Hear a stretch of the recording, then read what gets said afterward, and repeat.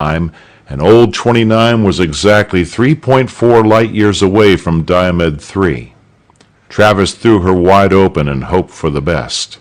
By 4:10 that same afternoon, -3 burned-out generators and fronting a warped ion screen, Old 29 touched the atmosphere and began homing down. It was a very tense moment. Somewhere down in that great blue disk below, a mapping command ship sat in an open field, sending up the beam which was guiding them down. But it was not the mapping command that was important. The mapping command was always first. What mattered now was to come in second, any kind of second, close or wide, mile or eyelash, but second come hell or high water. The clouds peeled away. Travis, staring anxiously down, could see nothing but mist and heavy cloud. He could not help sniffing the air and groaning inwardly. There is no smell quite as expensive as that of burned generators. He could hear the old man repeating over and over again, as if all space was not one of the richest companies in existence, "Burned generators, boy, is burned money, and don't you forget it." Fat chance me forgetting it, Travis thought gloomily, twitching his nostrils. But a moment later, he did. For Diomed 3 was below him, and Diomed 3 was an open planet. It happened less often nowadays that the mapping command ran across intelligent life, and it was even less often that the intelligent life was humanoid. But when it happened, it was an event to remember. For space travel had brought with it two great problems. The first was contact, the second was trade. For many years man had prohibited contact with intelligent humanoids who did not yet have space travel, on the grounds of the much-discussed maturity theory. As time went by, however, and humanoid races were discovered which were biologically identical with man, and as great swarms of completely alien, often hostile races were also discovered, the maturity theory went into discard. "A human being," ran the new slogan, "is a human being," and so came the first great contact law, which stated that any humanoid race, regardless of its place on the evolutionary scale, was to be contacted, to be accepted, yea, welcomed, as the phrase went, into the human community. And following this, of course, there came trade, for it was the businessmen who had started the whole thing in the first place. Hence the day of the open planet. A humanoid race was discovered by the mapping command, the MC made its investigation, and then sent out the word. And every company in the galaxy, be it monstrous huge or piddling small, made a mad rush to be first on the scene. The government was very strict about the whole business, the idea being that planets should make their contracts with companies rather than the government itself, so that if any shady business arose, the company at fault could be kicked out, and there would be no chance of a general war. Also, went the reasoning, under this system there would be no favorites. Whichever company, no matter its resources, had a ship closest at the time of the call, was the one to get first bargaining rights. Under this setup, it was very difficult for any one company to grow too large, or to freeze any of the others out, and quite often a single contract on a single planet was enough to transform a fly-by-night outfit into a major concern. So that was the basis of the open planet, but there the real story has only begun. Winning the race did not always mean winning the contract. It was what you found when you got down that made the job of contact man one of the most hazardous occupations in history. Each new planet was wholly and completely new. There were no rules, and what you learned on all the rest meant nothing. You went from a matriarchy which refused absolutely to deal with men — the 10th ship to arrive had a lady doctor and therefore got the contract — to a planet where the earth was sacred and you couldn't dig a hole in it, so mining was out, to a planet which considered your visit the end of the world and promptly committed mass suicide.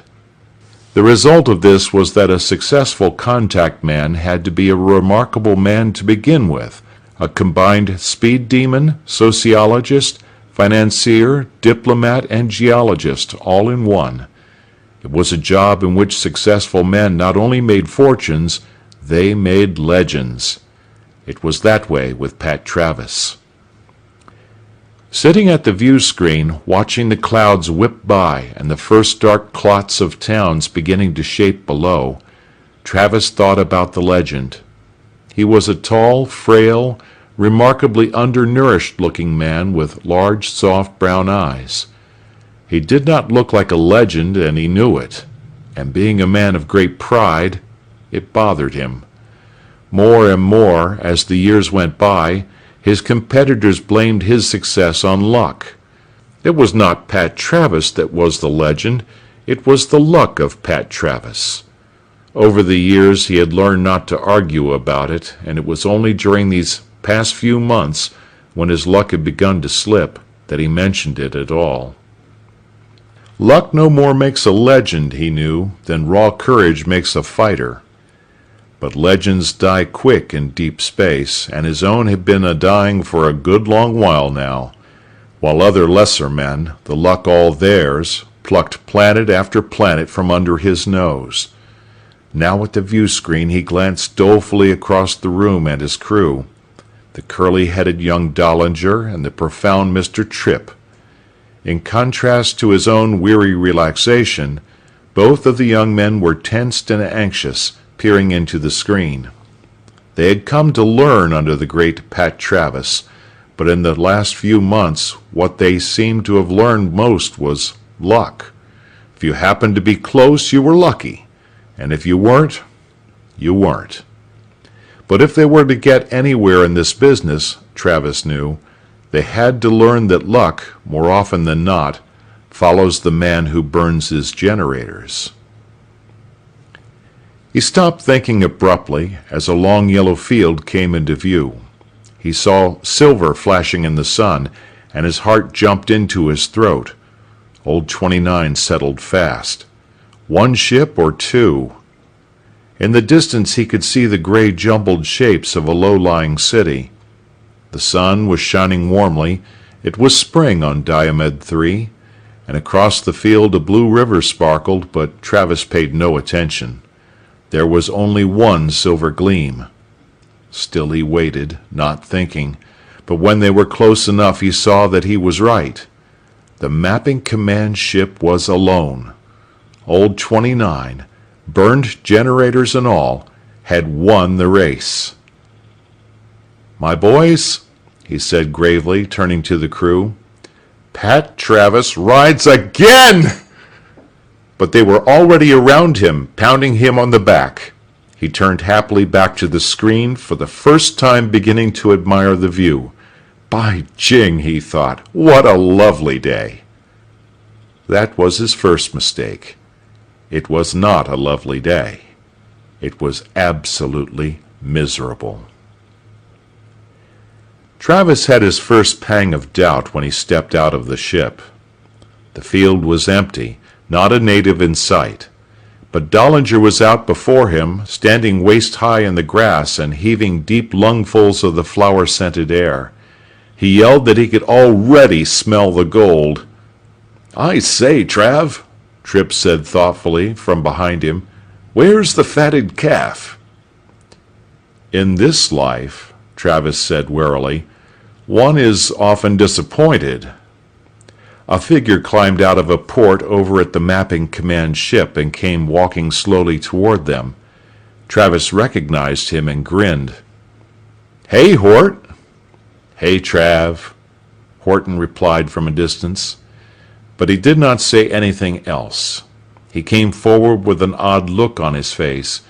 Travis did not understand. Ed Horton was an old buddy, and Ed Horton should be happy to see him. Travis felt his second pang. This one went deep. "Anybody beat us here?" "No, you're the first, Trav." Dollinger whooped. Travis relaxed slightly, and even the glacial Trip could not control a silly grin. Horton caught a whiff of air from the open lock. "Burn generators. You must have come like hell." His face showed his respect. Between burning a generator and blowing one entirely, there is only a microscopic distance, and it takes a very steady pilot indeed to get the absolute most out of his generators without also spreading himself and his ship over several cubic miles of exploded space. "Like a striped-tailed ape," Dollinger chortled. "Man, you should see the boss handle the ship. I thought every second we were going to explode in Technicolor." "Well," Horton said feebly, "burned generators. Shame." He lowered his eyes and began towing the ground. Travis felt suddenly ill. "What's the matter, Hort?" Horton shrugged. "I hate like heck to be the one to tell you, Trav, but seeing as I know you, they sent me." "Tell me what?" Now Dollinger and Tripp both realized it and were suddenly silent. "Well, if only you'd taken a little more time. But not you, not old Pat Travis. By damn, Pat, you came in here like a downhill locomotive. It ain't my fault." "Hort, straighten it out. What's not your fault?" Horton sighed. "Listen, it's a long story. I've got a buggy over here to take you into town. They're putting you up at the hotel so you can look the place over. I'll tell you on the way in." "The heck with that!" Dollinger said indignantly. "We want to see the man!" "You're not going to see the man, Sonny," Horton said patiently. "You are, as a matter of fact, the last people on the planet the man wants to see right now." Dollinger started to say something, but Travis shut him up. He told Tripp to stay with the ship and took Dollinger with him. At the end of the field was a carriage straight out of 17th century England, and the things that drew it, if you closed your eyes, looked reasonably similar to horses. The three men climbed aboard. There was no driver. Horton explained that the horses would head straight for the hotel. "Well, all right," Travis said. "What's the story?" "Don't turn those baby browns on me," Horton said gloomily. "I would have warned you if I could, but you know the law says we can't show favoritism." Travis decided the best thing to do was wait with as much patience as possible. After a while, Horton had apologized thoroughly and completely, although what had happened was certainly not his fault, and finally got on with the tale. "Now, this here planet," he said cautiously, "is wacky in a lot of ways. First off, they call it Mert. Mert. Fine name for a planet. Just plain Mert. And they live in houses strictly from Dickens. All carriages, no sewers, narrow streets, stuff like that. With technology roughly equivalent to 17th century. But now, see there? See that building over there?" Travis followed his pointing finger through the trees. A large white building of blinding marble was coming slowly into view. Travis's eyes widened. "You see? Just like the blinking Parthenon or Acropolis, whichever it is. All columns and frescoes. In the middle of a town looks just like London. Makes no sense, but there it is. And that's not all. Their government is Grecian too, complete with senate and citizens. No slaves, though. Well, not exactly. You wouldn't call them slaves. Or could you? Heck of a question, that." He paused to brood. Travis nudged him. "Yes, well, all that is minor, next to the big thing. This is one of two major countries on the planet. There's a few hill tribes, but these make up about 90% of the population, so you have to deal with these. They never go to war, well, maybe once in a while, but not very often. So no trouble there. The big trouble is one you'd never guess, not in a million years. He stared at Travis unhappily. The whole planet's run on astrology. He waited for a reaction. Travis said nothing. It ain't funny, Horton said. When I say run on astrology, I mean really run. Wait till you hear. I'm not laughing, Travis said. But is that all? In this business, you learn to respect the native customs, so if all we have to do... I ain't finished yet, Horton said ominously. You don't get the point. Everything these people do is based on astrology. And that means business too, lad. Business too. Every event that happens on this cockeyed world, from a picnic to a wedding to a company merger or a war, it's all based on astrology. They have it down so exact they even tell you when to sneeze. You ought to see the daily paper. Half of it's solid astrological guidance. All the senators not only have astrologers, they are astrologers. And get this, every man and woman and child alive on this planet was cataloged the day he was born.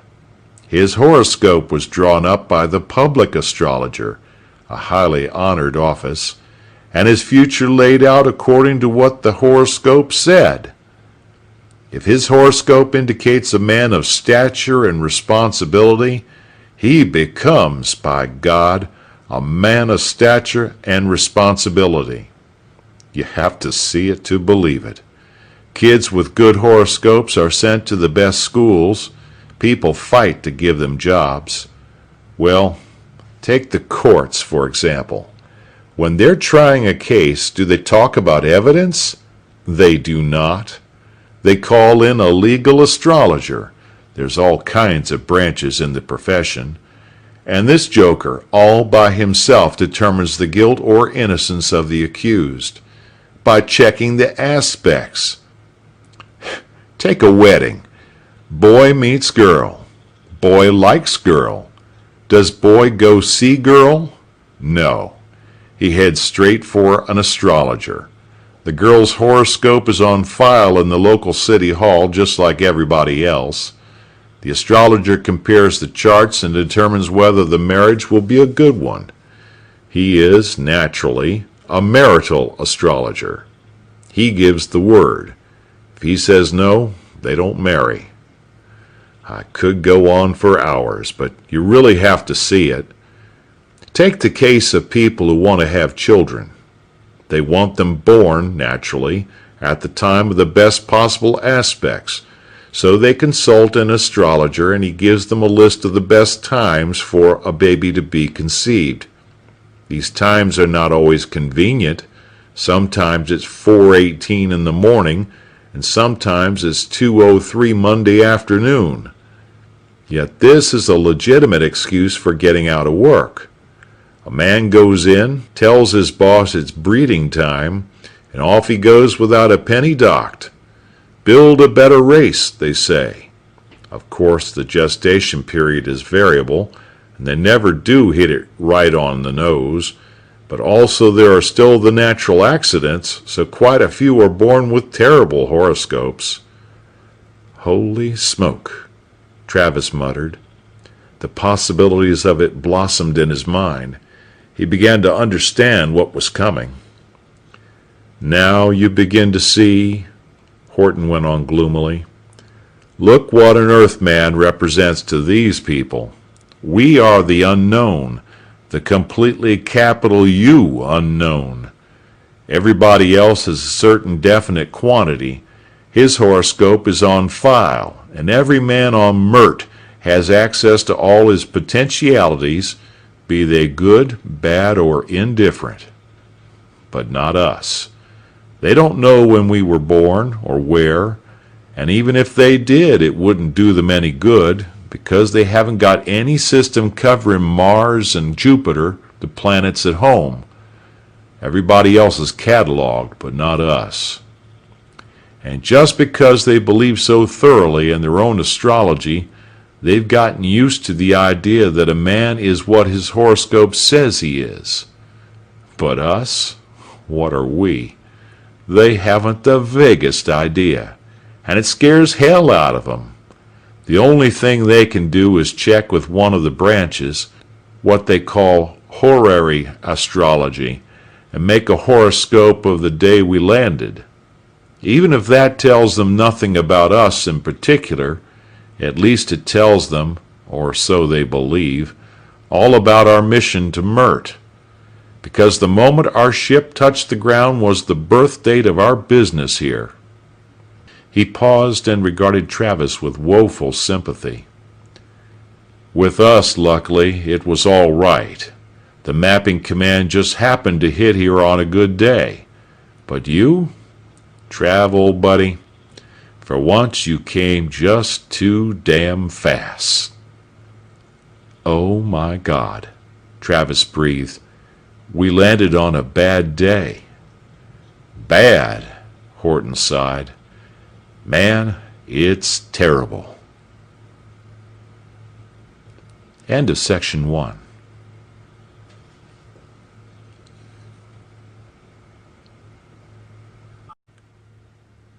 Section 2 of Conquest Over Time. You see, Horton said as they drove into the town, not a soul on the streets. This is not only a bad day, this is one for the books. Tomorrow, you see, there is an eclipse, and to these people there is nothing more frightening than an eclipse. During the entire week preceding one, they won't do a darn thing. No business, no weddings, no anything.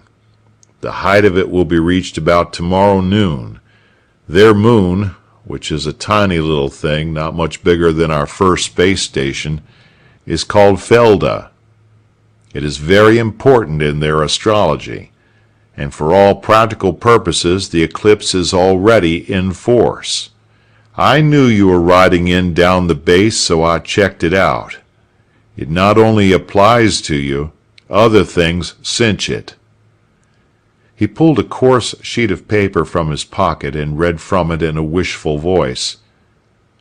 With Huck, planet of necessity, transiting the 12th house of endings and things hidden, squaring Bonken, planet of gain, in the 9th house of travelers and distant places, it is unquestionable that the visit of these persons bodes ill for Mert.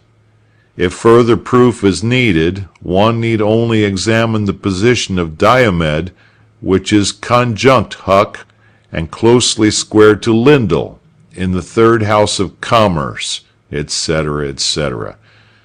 You see what I mean? On top of this, yet an eclipse. Trav, you haven't got a prayer. If only you hadn't been so close. 2 days from now would have been great. Once the eclipse ends. Well, listen, Travis said desperately. Couldn't we just see the guy? Take my advice. Don't. He has expressed alarm at the thought that you might come near him. Also, his guards are armed with blunderbusses. They may be a riot to look at, but those boys can shoot, believe me. Give you a contract? Trav, he wouldn't give you a broom to sweep out his cellar. At that moment they drew up before an enormous marble building vaguely reminiscent of a Theban palace. It turned out to be the local hotel. Horton stepped on the threshold and handed them 2 of the tiny langkits, the little black memory banks in which the language of Mert had been transcribed for their use by the mapping command. Travis slipped his automatically into position behind his ear, but he felt no need to know the language. This one was going to be tough. He glanced at Dollinger. The kid was wearing a stunned expression, too dulled even to notice the pantalooned customer, first Mertz they'd seen, eyeing them fearfully from behind pillars as they passed. "Smell that gold," Travis remembered wistfully. Then, "smell those generators." Oh, he thought sinkingly, smell those generators. They went silently on up to the room. Travis stopped at the door as a thought struck him. "Listen," he said cautiously, taking Horton by the arm. "Haven't you thought of this? Why don't we just take off and start all over? Orbit around for a couple of days, pick a good hour, and then come back down. That way we'll be starting all—" But Horton was gazing at him reproachfully. "They have a word for that, Trav," he said ominously. "They call it vetching. Worst crime a man can commit. Attempt to evade his stars. Equivalent almost to falsifying a horoscope. No siree, boy. For that they burn you very slowly. The first horoscope stands. All your subsequent actions, according to them, date from the original. You'll just be bearing out the first diagnosis. You'll be a vetcher." Travis said. "If they feel that way, why the heck do they even let us stay?" "Shows you the way the system works. This is a bad day for everything, coming as well as going. They never think of asking you to start a trip on a day like this, no matter who you are." Travis collapsed into an old, vaguely Chippendale chair. His position was not that of a man sitting. It was that of a man dropped from a great height. "Well," Horton said, "so it goes. And listen, Trav, there was nothing I could do." "Sure, Hort." "I just want you to know I'm sorry. I know they've been kicking you around lately, and don't think I don't feel I owe you something. After all, if you hadn't—" "Easy," Travis said, glancing at Dollinger, but the kid's ears perked. "Well," Horton murmured, "just so's you know. Anyways, I still got faith in you, and Unico will be in the same boat, if they get here tonight. So think about it. Let me see the old Pat Travis. Your luck has to change sometime." He clenched a fist, then left. Travis sat for a long while in the chair. Dollinger muttered something very bitter about luck. Travis thought of telling him that it was not luck that had put them so close to Mert, but a very grim and expensive liaison with the ferociously ugly Mapping Command secretary at Aldebaran. She had told him that there was a ship in this area, but this news was not for Dollinger's ears, and neither did he think it wise to explain to Dollinger the thing he had done for Horton some years ago. Young Dolly was not yet ripe. Travis sighed and looked around for a bed. To his amusement, he noted a four-poster in the adjoining room. He went in and lay down. Gradually the dullness began to wear off. There was a resiliency in Travis unequaled, some said, by spring steel. He began to ponder ways and means. There was always a way. There had to be a way. Somewhere in the customs of this planet there was a key. But he did not have the time. Unico would be in tonight. Others would be down before the week was out. And the one to land in 2 days, on the good day, would get the contract. He twisted on the bed. Luck, luck. The hell with luck. If you were born with sense, you were lucky, and if a meteor fell on you, you were unlucky. But most of the rest of it was even from there on out. So if the legend was to continue... He became gradually aware of the clock in the ceiling. In the ceiling? He stared at it. The symbols and the time meant nothing, but the clock was embedded flat in the ceiling above the bed, facing directly down. He pondered that for a moment. Then he exploded with laughter. By jing, of course! They would have to know what time the baby was conceived. So all over Mert, in thousands of homes, there were clocks in the bedrooms, clocks in the ceilings, and wives peering anxiously upward murmured sweetly in their husbands' ears, 4:17, darling, 4:17 and a half. The roar of his mirth brought Dolly floundering in from the other room. Travis sprang from the bed. "Listen, son," he bellowed. "Luck be damned! You get back to the ship. Get Mapping Command to let you look at its files. Find out everything you can about Mert. There's a key somewhere, boy. There's an out in there someplace, if we look hard enough. Luck! Ha! Work, boy! Work! There's a key!" He shooed Dollinger out of the room. The young man left dazedly, but he had caught some of Travis's enthusiasm. Travis turned back to the bed, feeling unreasonably optimistic. No way out, eh? Well, by jingo, old Pat Travis would ride again. He could feel it in his bones. A few moments later he had another feeling in his bones. This one was much less delightful. He was pacing past a heavy drapery when something very hard and moving very fast struck him on the head. The first thing Travis saw when he awoke was, unmistakably, the behind of a young woman. His head was lying flat on the floor, and the girl was sitting next to him, her back toward him very close to his face. He stared at it for a long while without thinking. The pain in his head was enormous, and he was not used to pain, not any kind of pain. The whiskey men drank nowadays left no hangovers, and for a normal headache there were instantaneously acting pills, so Travis on the floor was unused to pain. And though he was by nature a courageous man, it took him a while to be able to think at all, much less clearly. Eventually he realized that he was lying on a very hard floor. His arms and legs were tightly bound. He investigated the floor. It was brick. It was wet. The dark ceiling dripped water in the flickering light from some source beyond the girl. The brick, the dripping water, the girl, all combined to make it completely unbelievable. If it wasn't for the pain, he would have rolled over and gone to sleep. But the pain!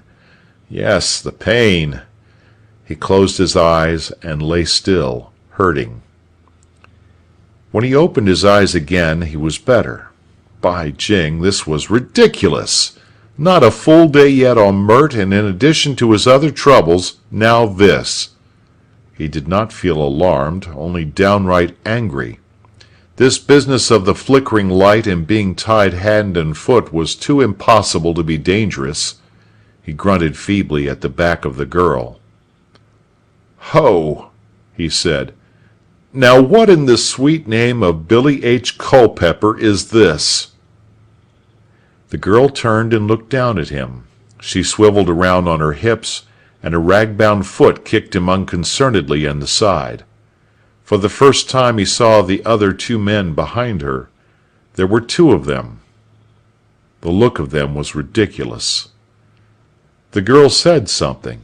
It was a moment before he realized she was speaking in Mert, which he had to translate out of the Langkit behind his ear. "The scourge awakes," one of the men said. "A joy. It was my thought that in the conjunction was done perhaps murder. Poot, one over-worries. And if death comes to this one, observe, will the money be paid? Of a surety. But this is bizarre." "Truly bizarre," the girl nodded. Then, to make her point, "also curious, unique, unusual. My thought, from what land he comes." "The cloth is rare," one of the men said. "Observe with tight eyes the object on his wrist. A many-symboled engine." "My engine," the girl said positively. She reached down for his watch. Travis jerked back. "Lay off there!" he bawled in English. "You hipless—" The girl recoiled. He could not see her face, but her tone was puzzled. "What language is this? He speaks with liquid." The larger of the two men arose and came over to him. "Speak again, scourge, but first empty the mouth." Travis glared at the man's feet, which were wrapped in dirty cloth and smelt like the breezes blowing softly over fresh manure. "Speak again? Speak again? Untie my hands, you maggoty slob, and I'll speak your bloody—" He went on at great length, but the man ignored him. "Truly, he speaks as with a full mouth, but this is not bilken talk." "Nor is he, of clarity and also profundity, a hill man," the girl observed. "Poot! Poot, poot!" the young man stuttered. "The light! He is of them!" It took the other two a moment to understand what he meant, but Travis caught on immediately. "May the saints preserve us," he thought. "They've figured I was from Mert." He chuckled happily to himself. A natural mistake. Only one Earthman on this whole blinking planet, puts up at a good hotel, best in town. These boys put the snatch on me thinking I'm a visiting VIP, loaded. Have no idea I'm just poor common trash like the rest of us Earthmen. Ha! His face split in a wide grin. He gathered his words from the Langkit and began to speak in Mert. "Exactly, friends. With clarity one sees that you have been misled. I am not of Mert. I am from a far world, come here to deal with your Senate in peace. Untie me, then, and let us erase this sad but erasable mistake with a good handshake all around and a speedy farewell." It did not have the effect he desired. The girl stepped back from him, a dark frown on her face, and the large man above him spoke mournfully. "Where now is the ransom?" "And the risk," the girl said. "Was there not great risk?" "Unhappily," the tall man observed, "one risks. One should be repaid. It is the nature of things that one is repaid." "Well now, boys," Travis put in from the floor, "you see it yourselves. I'm flat as a—" He paused. Apparently the Merts had no word for pancake. "My pockets are windy. No money is held therein." "Still," the tall man mused absently, "this must have friends. On the great ships lie things of value. Doubt?" "Not," the girl said firmly, "but I see over the hills coming a problem." "How does it appear?" "In the shape of disposal. See thee, such as will come from the great ships, of value though it be, can it not be clarifiably identified by such Putian authorities as presently seek our intestines?" "Ha!" the tall man snorted in anger. "So, truth shapes itself." "Will we not, then," continued the girl, "risk sunlight on our intestines in pursuing this affair?" "We will," the young man spoke up emphatically. "We will of inevitability. Naval, our risk is unpaid. So passes the cloud." "But in freedom for this," the girl warily indicated Travis, "lies risk in great measure. Which way lie his ribs? Can we with profit slice his binds? He is of them. What coils in his head? What strikes?" They were all silent. Travis, having caught but not deciphered most of the conversation, glanced quickly from face to face. The girl had backed out into the light, and he could see her now clearly, and his mouth fell open. She was thickly coated with dirt, but she was absolutely beautiful. The features were perfect, lovely. The mouth was promising and full. Under the ragged skirt and the torn sooty blouse roamed surfaces of imaginable perfection. He had difficulty getting back to the question at hand. All the while he was thinking, other voices inside him were whispering, "By Jing, she's absolutely—" The two men were completely unlike. One was huge. From this angle he was enormous. He had what looked like a dirty scarf on his head, Madonna-like, which would have been ridiculous except for the mountainous shoulders below it and the glittering knife stuck in his wide leather belt. The shaft of the knife flickered wickedly in the light. It was the only clean thing about him. The other man was young, probably still in his teens, curly-haired and blond and much cleaner than the other two, with a softness in his face the others lacked. But in his belt he carried what appeared to be, what was, a well-oiled and yawning-barreled blunderbuss. So they sat for a long moment of silence. He had time to observe that what they were sitting in was in all likelihood a sewer. It ran off into darkness, but there was a dim light in the distance, and other voices far away, and he gathered that this was not all of the gang that had abducted him. But it was beginning to penetrate now, as he began to understand their words, that they were unhappy about letting him go. He was about to argue the point when the big man stepped suddenly forward and knelt beside him. He shut out the light. Travis could not see. The last thing he heard was the big man grunting as he threw the blow, like a rooting pig. End of section 2.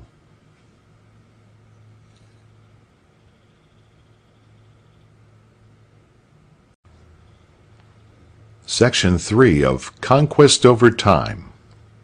When he awoke this time, the pain had moved over to the side of his neck. There was no light at all, and he lay wearily for a long while in the blackness. He had no idea how much time had passed.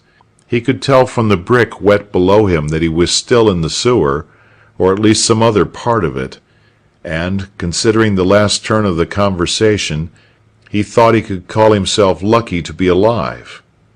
But as his strength returned, so did his anger. He began to struggle with his bonds.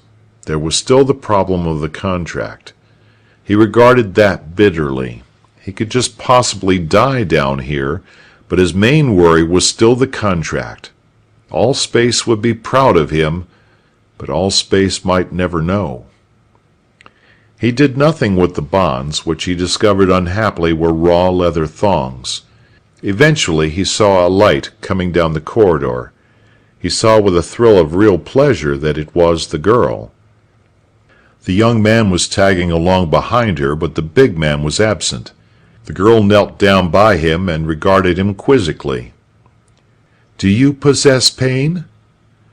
"Maiden, I possess and possess unto the limits of capacity."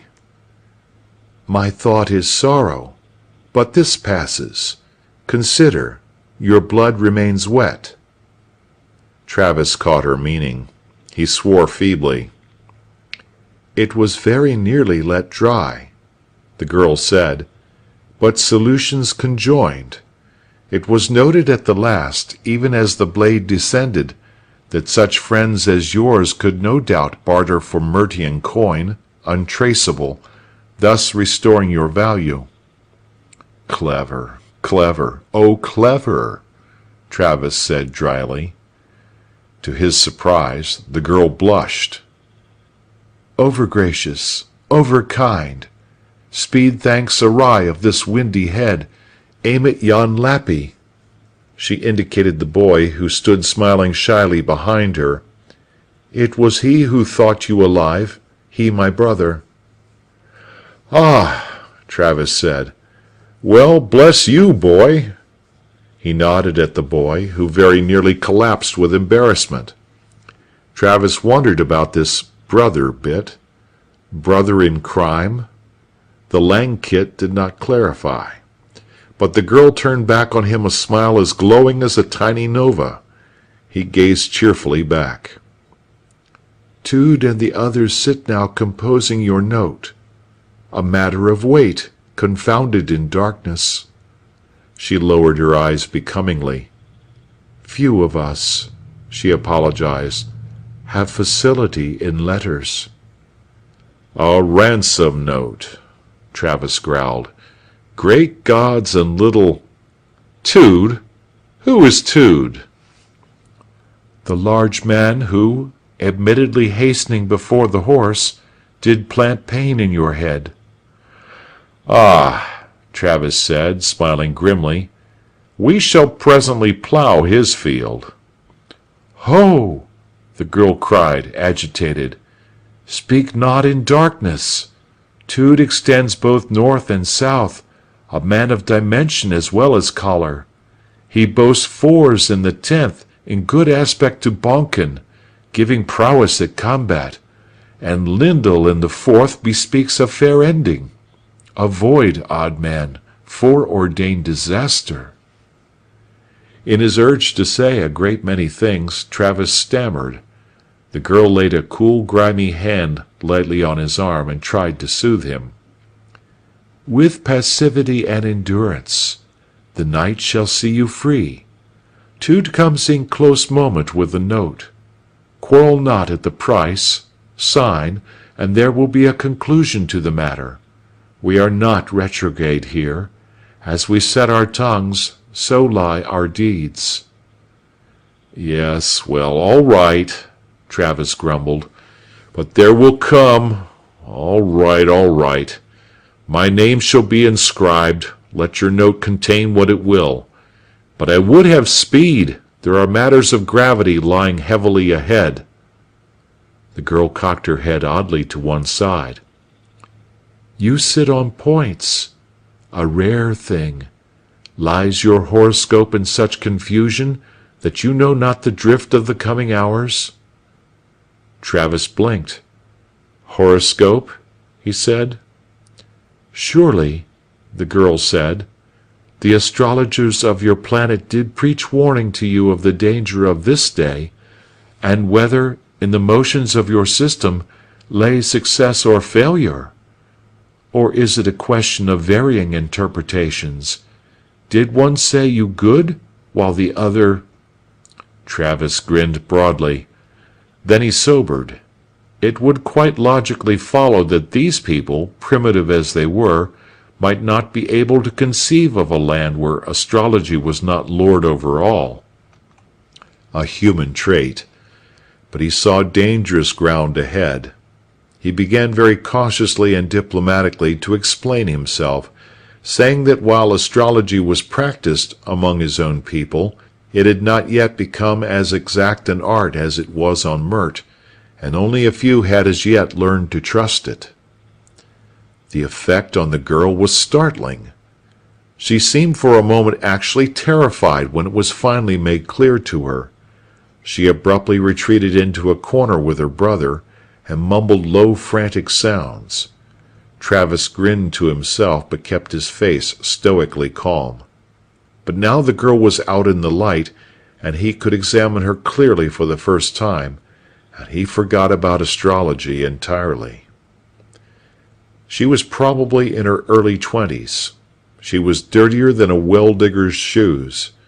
She ran with a pack of cutthroats and thieves in what was undoubtedly the lowest possible level of Mertian society. But there was something about her, something Travis responded to very strongly, which he could not define. Possibly something about the set of her hair, which was dark and very long, or perhaps in the mouth. Yes, the mouth. Now observe the mouth. And also maybe in the figure. But he could not puzzle it out. A girl from the gutter. But perhaps that was it. There seemed to be no gutter about her. There was real grace in her movements, a definite style in the way she held her head, something gentle and very fine. "Now watch that, Travis boy," he told himself sharply. Watch that. A psychological thing, certainly. She probably reminds you of a long-forgotten view of your mother. The girl arose and came back, followed this time by the young man. She had become suddenly and intensely interested in his world. She had apparently taken it for granted that it was exactly like hers, only with spaceships, and Travis obliged her by giving her a brief sketch of selected subjects, speeds, wonders, what women wore, and so on. Gradually he worked the conversation back around to her, and she began to tell him about herself. Her name was, euphonically, Navel. This was not particularly startling to Travis.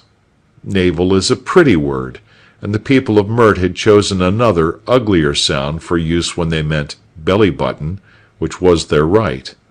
Travis accepted it, and then listened to her story. She had not always been a criminal, run with the sewer packs. She had come, as a matter of proud record, from an extremely well-to-do family which featured 2 senators, 1 horary astrologer, and a mercantile tycoon, which accounted, Travis thought, for her air of breeding. The great tragedy of her life, however, the thing that had brought her to her present pass, was her abysmally foul horoscope. She had not been a planned baby. Her parents felt great guilt about it, but the deed was done and there was no help for it. She had been born with Huck retrograde in the 10th house, opposing 4s retrograde in the 4th, and so on, so that even the most amateur astrologer could see right at her birth that she was born for no good, destined for some shameful end. She told about it with an air of resigned cheerfulness, saying that after all her parents had really done more than could be expected of them. Both with her and her similarly accidental brother Lappy, now there, Travis thought, was a careless couple, whose horoscope, she said dolefully, was even worse than her own. The parents had sent her off to school up through the first few years, and had given her a handsome dowry when they disowned her, and they did the same with Lappy a few years later. But Navel held no bitterness. She was a girl born inevitably for trouble. Her horoscope forecast that she would be a shame to her parents, would spend much of her life in obscure, dangerous places, and would reflect no credit on anyone who befriended her. So, for a child like this, what reasonable citizen would waste time and money and love, when it was certain beforehand that the child grown up would be as likely as not to end up a murderess? No, the schools were reserved for the children of promise, as were the jobs and the parties and the respect later on. The only logical course, the habitual custom, was for the parents to disown their evilly aspected children, hoping only that such tragedies as lay in the future would not be too severe, and at least would not be connected with the family name.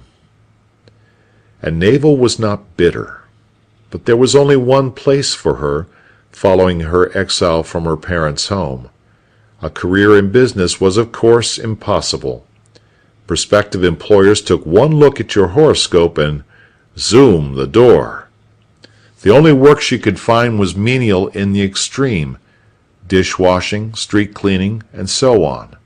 So she turned, and Lappy turned, as thousands of their ill-starred kind had turned before them for generations, to the wild gangs of the sewers. And it was not nearly so bad as it might have seemed. The sewer gangs were composed of thousands of people just like herself, homeless, cast out, and they came from all levels of society to found a society of their own.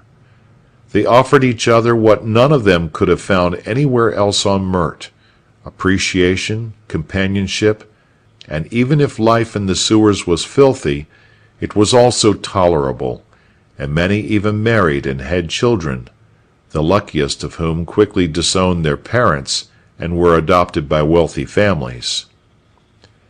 But the thing which impressed Travis most of all was that none of these people were bitter at their fate. Navel could not recall ever hearing of any organized attempt at rebellion. Indeed, most of the sewer people believed more strongly in the astrology of Mert than did the businessmen on the outside. For each day every one of them could look at the dirt of himself, at the disease of his surroundings, and could see that the message of his horoscope was true. He was born to no good end. And since it had been drummed into these people from their earliest childhood that only the worst could be expected of them, they gave in, quite humanly, to the predictions, and went philosophically forth to live up to them. They watched the daily horoscopes intently for the bad days, realizing that what was bad for the normal people must be a field day for themselves, and they issued out of the sewers periodically on binges of robbery, kidnapping, and worse. In this way they lived up to the promise of their stars, fulfilled themselves, and also managed to eat. And few, if any, ever questioned the justice of their position. Travis sat listening, stunned. For a long while the contract and how to get out of here and all the rest of it was forgotten. He sat watching the girl and her shy brother as they spoke self-consciously to him, and began to understand what they must be feeling. Travis was from outside the sewers. He had stayed at the Grand Hotel. His horoscope, whether he believed it or not, must be very fine. And so they did him unconscious homage, much in the manner of low-caste Hindus speaking to a Brahmin. It was unnerving. Gradually the boy Lappy began to speak also, and Travis realized with surprise that the boy was in many ways remarkable. As Navel's brother, Navel, Travis gathered with a twinge of deep regret, was the big Tude's friend, and Tude was the leader of this particular gang. Young Lappy had a restful position. He was kept out of most of the rough work and allowed to pursue what he shamelessly called his studies, and he guessed proudly that he must have stolen nearly every book in the consul's library. His particular hobbies, it turned out, were math and physics. He had a startling command of both, and some of the questions he asked Travis were embarrassing. But the boy was leaning forward, breathlessly drinking in the answers, when Tude came back. The big man loomed over them suddenly on his quiet, rag-bound feet, frightening the boy and causing the girl to flinch. He made a number of singularly impolite remarks, but Travis said nothing and bided his time. He regarded the big man with patient joy, considering with delight such bloodthirsty effects as judo could produce on this one, Fours and Bonken be damned, if they ever untied his hands. Eventually, unable to get a rise out of him, the big man shoved a paper down before his nose and told him to sign it. He pulled out that wickedly clean knife and freed Travis's hand just enough for him to move his wrist. Hoping for the best, Travis signed. Tude chuckled, said something nastily to the girl. The girl said something chilling in return, and the big man cuffed her playfully on the shoulder. Then he lumbered away. Travis sat glaring after him. The contract, the need to escape flooded back into his mind. The eclipse might be ending even now. Unico would already be here, perhaps one or two others as well, and this ransom business might take a week. He swore to himself. Pat Travis, the terror of the skies, held captive by a bunch of third-rate musical comedy pirates while millions lay in wait in the city above. And oh my Lord, he thought, stricken, what will people say when they hear? He had to get out. He glanced cautiously at the girl and the boy, who were gazing at him ingenuously. He saw instantly that the way, if there was a way, lay through them. But the plan had not yet formed when the boy leaned forward and spoke. "I have an odd thing in my head," Lappy said bashfully, "that nevertheless radiates joy to my mind. In my reading I have seen things leap together from many books, forming a whole, and the whole is rare. Can you, in your wisdom, confirm or deny what I have seen? It is this." He spoke a short series of sentences. Navel tried to shush him, embarrassed, but he doggedly went on, and Travis, stricken, found himself suddenly paying close attention. For the words Lappy said, with minor variations, were Isaac Newton's laws of motion. "There are the 7 planets," Navel was saying gravely, "and the 2 lights, that is, the sun and the moon. The first planet, that nearest the sun, is called Rim. Rim is the planet of intellect, of the ordinary mind. Second is Lindel, the planet of love, beauty, parties, marriage, and things of a gentle nature. Third is Fors, planet of action, strife. Fourth is Bonken, planet of beneficence, of gain, money, health. Next comes Huck, orb of necessity, the greater infortune, which brings men most trouble of all. Then Weepen, planet of illusion, of dreamers and poets and poorly aspected liars and cheats. And finally there is Sharb, planet of genius, of sudden cataclysms." "I see," Travis murmured. "But it is not only these planets and their aspects which is important. It is also to be considered such houses and signs as through which these planets transit." She went on, but Travis was having difficulty following her. He could not help but return to Newton's laws. It was incredible. Here on this backward planet, mired in an era roughly equivalent to the time of the Renaissance, an event was taking place almost exactly at the same time as it had happened long ago on Earth. It had been Isaac Newton then. It was, incredibly, this frail young man named Lappy now, for unless Travis was greatly mistaken, Navel's kid brother was an authentic genius, and such a genius as comes once in 100 years. So, naturally, Lappy would have to come home with Travis. The boy was hardly college age as yet. Sent to school by Allspace, given a place in the great Allspace laboratories at Aldebaran, young Lappy might eventually make the loss of the contract at Mert seem puny in comparison to the things that head of his could produce. For Lappy was a natural resource, just as certainly as any mine on Mert, and since the advent of earth science meant Mert would no longer be needing him, Lappy could go along with Travis and still leave him a clear conscience. But the question still remained, how? He could not even get himself out yet, let alone Lappy. And the girl. What about the girl? He brooded, groping for an out. But in the meanwhile he listened while the girl outlined Mert's system of astrology. He had realized finally that the key to the business lay there.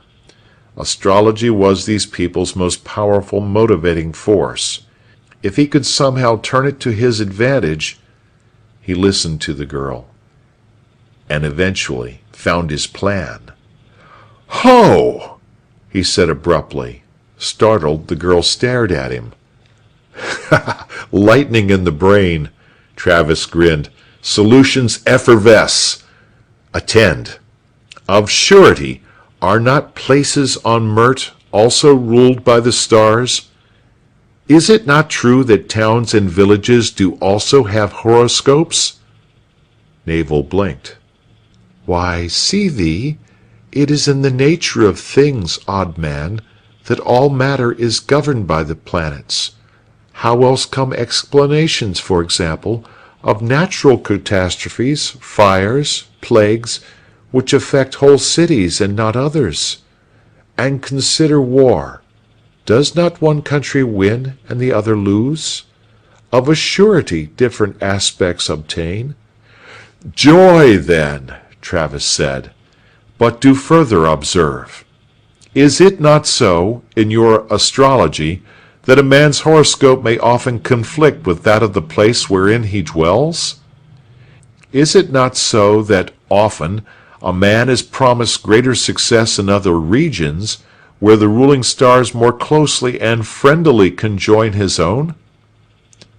Your mind leaps obstacles and homes to the truth, Nabal said approvingly.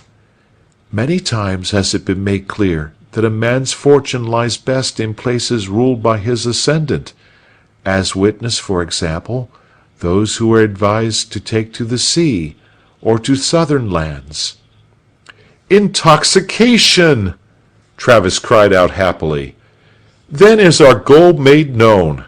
Consider, from your poor natal horoscope, in this city, this land, no fortune arises. You doom yourself with Lappy by remaining here.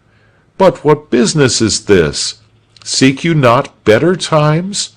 Could you not go forth to another place, and so become people of gravity, of substance, of moment? The girl regarded for a moment, puzzled, then caught his point and shook her head sadly.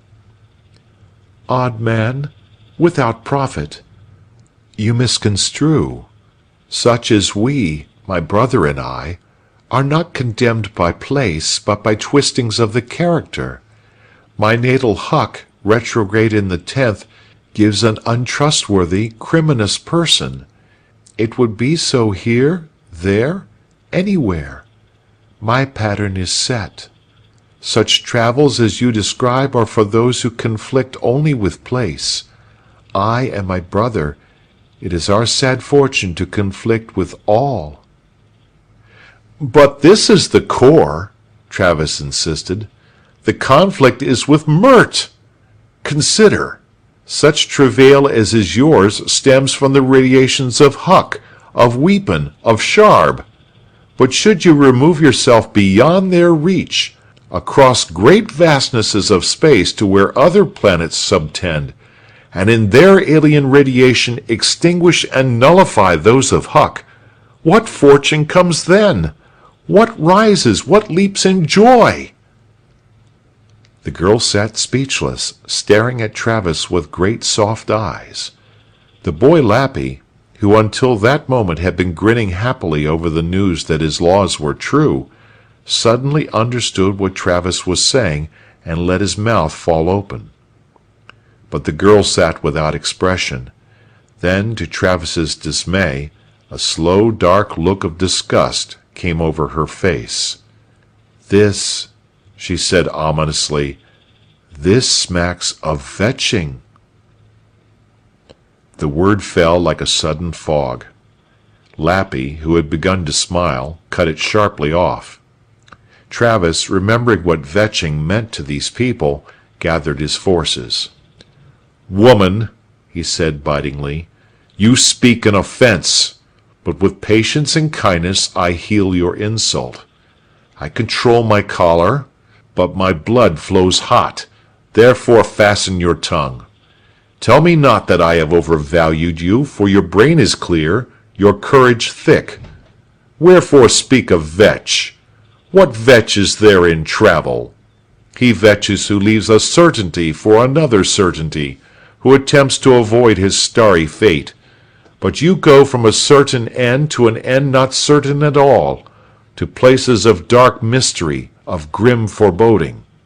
It may be that you perish, or pain in the extreme, as well as gain fortune. The end is not clear. This, then, is not vetching. Now retreat your words, and reply to me as one does to a friend, a companion, one who seeks your good. He sat tautly while the girl thought it out. Eventually she dropped her eyes in submission, and he sighed inwardly with relief. It was accomplished. He would have to shore it up perhaps with a little elaboration, but it was accomplished.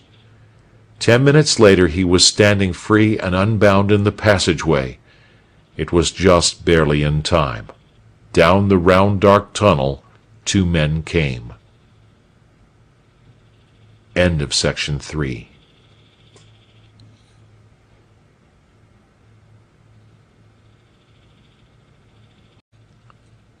Section 4 of Conquest Over Time.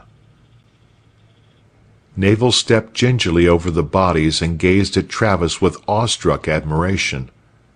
"A rare skill," she murmured. "They did flip and gyrate as dry leaves in the wind." "Observe, then," Travis said ominously, inspecting meanwhile the long slash down his arm, with which Tude had clearly gotten him, "and learn, and in the future receive my words with planetary respect." "I will." "And I," added Lappy, shaken. "Fair, bright. Now attend. How lies the path?" "Through more such as these, I fear.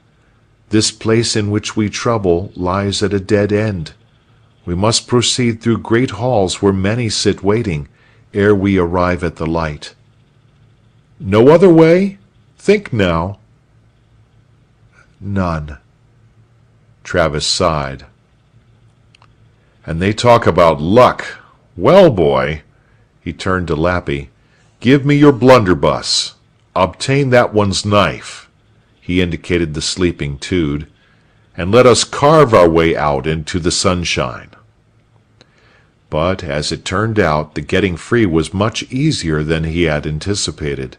There was only one band, the girl's own, between them and the opening, and these had fortunately just finished their evening meal when Travis stalked, black, gaunt, and murderous, out of the tunnel into their large round room. Part of it was the surprise, part of it was the sudden knowledge that Big Tude and the other man had already tried to stop him, but most of it was simply the look of him. He was infinitely ready. They were not, had no reason to be, and they took it automatically for granted that a man this confident must have the stars behind him. They regarded him thoughtfully as he went on by. No one moved. They were a philosophical people. When he had gone, taking the boy and girl with him, they discussed it thoroughly. Out under the sky at last it was pitch black and the stars were shining. Travis realized that he had been in the sewer almost a full 24 hours. That meant that the eclipse was done. Tomorrow would be a good day. There was not much time. He commandeered the first carriage to come by, routing 3 elegantly dressed but unwarlike young men who fled in terror.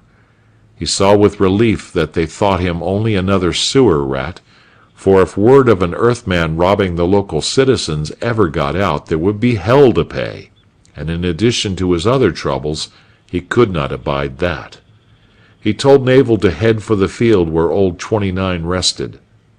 Thoroughly bushed and beginning now to feel a woeful hunger, he sat back to brood. At the ship, young Tripp greeted him with haggard astonishment. He jumped forward joyfully. "Trav! By jig, Trav, I thought we'd lost you. Old Dolly's over at the local police He stopped abruptly and stood slack-jawed as Navel and Lappy clambered fearfully through the lock. Travis glanced back. No spectators. Good. "Now what in the sweet silly name—" Tripp began, but Travis stopped him. "Russ, be a good kid. See if you can get me something to eat. Haven't had a bite in 24 hours. "Sure, Trav, sure. Only, what's with the lower depths here?" "You might show them the showers," Travis grinned, "or at least turn on the air conditioning. But listen, anything new on the contract?" Tripp's face fell. "Not a thing. Even worse, let me tell you. But ho, the food!" He dashed off. Travis collapsed into a chair.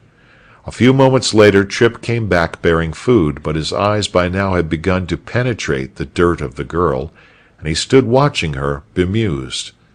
Then suddenly he began to look happier than he had in several days. Travis told him briefly what had happened in the sewer, also about the brains of Lappy. Tripp was impressed, but he continued to regard the girl. "Well," Travis said, munching, "fill me in on what's been going on. The eclipse come off?" Tripp jerked. He focused on Travis unhappily.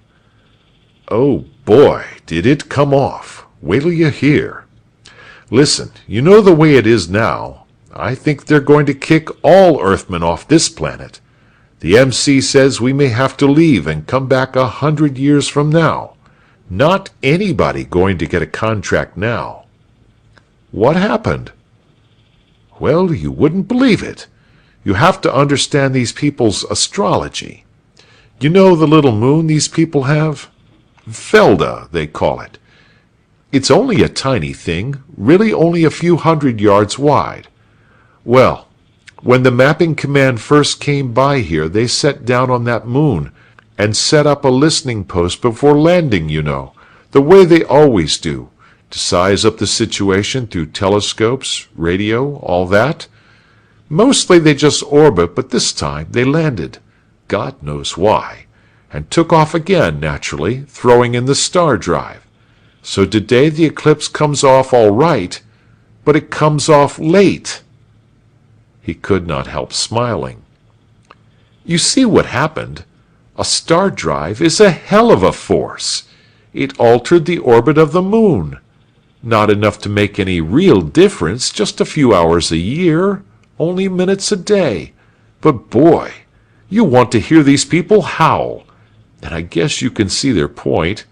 Every movement that damn moon makes is important to them. They know where it should be to the inch. And now not only is it slightly off course, but so is every ephemeris printed on Mert. And they have them printed up, I understand, for the next 1,000 years, which runs into money. We offered to pay, of course, but paying isn't going to help. It seems we've also messed up interpretations, predictions, the whole doggone philosophy. Oh, it's a real ding-dong. But contract, not in 1,000,000 years." Travis sighed. That seemed to put the cap on it, all right. After all, when you start pushing people's moons around, where will it end? He brooded, his appetite gone. But he made a last effort. "Did you discover anything at all we could use?" "Nope, not a thing. I finally figured the only thing to do was work on the astrology end of it, you know. Maybe we could argue about interpretations. These people love to argue about interpretations. But no soap. It's too complicated. To learn enough even to argue would take a couple of years. And besides, Unico is here, and also Randall, and they all have the same idea. Anyway, I don't think it would work. The eclipse is too definite. You can't argue the eclipse." "Well," Travis said with approval, "you were on the right track. You did what you could. At least we got something out of the deal." He indicated Lappy, who was at that moment fervidly examining the interior of the view screen. Tripp nodded, but his eyes were on Navel. "By Jing," he said suddenly, "your luck holds good no matter what. I never saw the beat of it." "Luck!" Travis fumed. "What luck?" "Look, Trav, what else could you call it? You fall in a sewer, you come up with Isaac Newton and a gorgeous doll. It's uncanny, that's what it is, uncanny." Travis lapsed into wordless musing on Navel, planets, people. Come to think of it, he thought, it is uncanny. At that moment there was a pounding on the lock. Travis quickly shooed Navel and Lappy into hiding, then cautiously went to the door. He relaxed. It was Ed Horton. "I saw you come back, Trav. Mighty glad. But I knew you'd make it. Old Pat Travis always comes through. Ain't that right, Pat?" He tottered in the doorway. Travis caught the sweet scent of strong brew. He stepped forward to help him, but Horton stood up grandly, waving him away. His mouth creased in an amiable grin. "Diomed," he announced proudly, "is a 9-planet system." After which he fell backwards out of the door. Trav ran to the door, stared down into the dark. Horton sat upright at the foot of the ladder. It's all right, old buddy. Didn't mean to stay. Only thought you'd like to know natural scientific fact. Diomed is 9-planet system.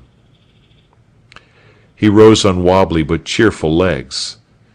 No favoritism there, eh? Science. I just tell you a fact. You take it from there. No favoritism at all. He lurched away, mumbling cheerily, his obligation fulfilled. Travis stared after him, wheels turning in his brain. Fact? A 9-planet system. It gelled slowly, then broke. 9 planets. The key. He turned slowly on Trip, his eyes swiveling like twin dark cannon. What's he say? Trip said, half smiling. Boy, he was sure. Did you know this was a 9-planet system? Why, sure, Trav, but what... And did you take the trouble to examine their astrology? Certainly. What the heck? And you call it luck. Travis sighed, then broke into a radiant grin. Why, there's your bloomin' answer, you sad, silly, dreamin'... There's your bloomin' answer! He sailed over to a drawer, grabbed a batch of fresh contracts, then flashed toward the door. Hold the fort! He bawled over his shoulder. Break out a big bottle and small glasses. We got a contract, lad. We got a contract. He vanished triumphantly into the night. Old 29 was homing. Travis felt the great soft peace of deep space close over him. All was right with the world. A clean and sparkling navel, well-bathed now and almost frighteningly beautiful, sat worshipfully at his feet dressed in a pair of Dollinger's pajamas. Both Trip and Dollinger were regarding him with wonder and delight, and as he sat gazing down at them fondly, he recalled with pleasure the outraged faces of the men from Unico, that robber outfit. Pat Travis, he chuckled, patting the fat contract in his pocket. The luckless Pat Travis rides again! He turned an eye on the staring Trip. My boy, he said paternally, speak me no speaks about luck from this day forth. All the material was in your hands. There was no luck involved. All you had to do was use it. But, Trav, I still don't get it. I've been thinking all right, all the while you were gone. The planet Pluto, Travis said evenly, was discovered by Earthmen finally in the year 1930. At that time we were approximately 300 years ahead, technologically, of the people of Mert. A similar case exists for Neptune, which was not discovered, although adequate telescopes had long been in use until 1846. He paused and gazed happily around. Does the light dawn? Holy cow! Exactly! Diomed is a 9-planet system, for which fact thank old Ed Horton, who returned a favor done many years ago. Luck? Only if doing favors for people is lucky, which I suppose you could make a case for. But in the astrology of Diomed III, an astrology I took great pains to understand, how many planets are considered? Let us examine. Rim, Fors, Lindel, Bonken, Huck, Weepen, and Sharb. And then there are also the 2 lights, that is, the sun and the moon. But how many planets are there? Counting Mert as one, add them up. It comes out 8, not 9. 8! But Diomed is a 9-planet system.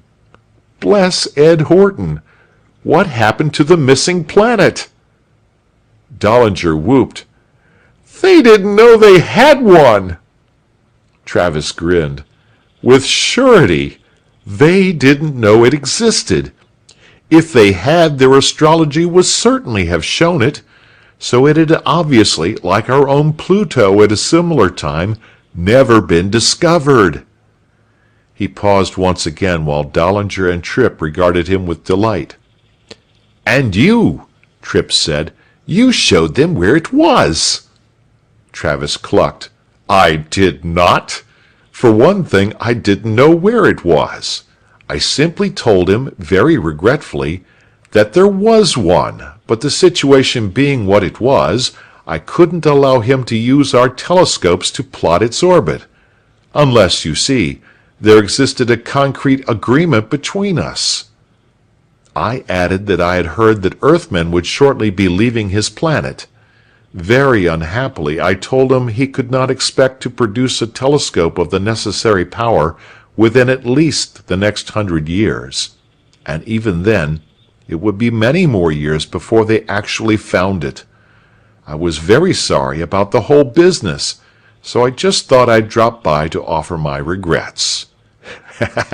And he leaped at the chance.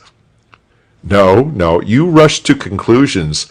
He did not leap at the chance. He sat very quietly, thinking about it. It was a gruesome sight. I could sympathize with him. On the one hand, he had us, the unknown, moon-moving us, with which he wanted no traffic whatever. But on the other side there was the knowledge of that planet moving all unwatched, out in the black, casting down its radiations, be they harmful or good, and no way to know in what sign the thing was, or what house, or what effect it would have on him, was having on him, even as he sat there. Oh, he struggled, but I knew I had him. He signed the contract. I think I may say that it is among the most liberal contracts we have ever signed. There was a long moment of silence in the ship. The young men sat grinning foolishly. "So let me hear no more about luck," said Travis firmly. "In the future, sons, put your shoulders to the wheel." But the attention of the two was already wandering. They were both beginning to gaze once more upon the lovely navel, who was quite shyly but very womanly gazing back. He saw Tripp look at Dollinger glare at Tripp, their hackles rising. He looked down at Navel in alarm. Born to cause trouble? Oh, no, he thought abruptly, seeing a whole new world beginning to open up. Oh, no, oh, no!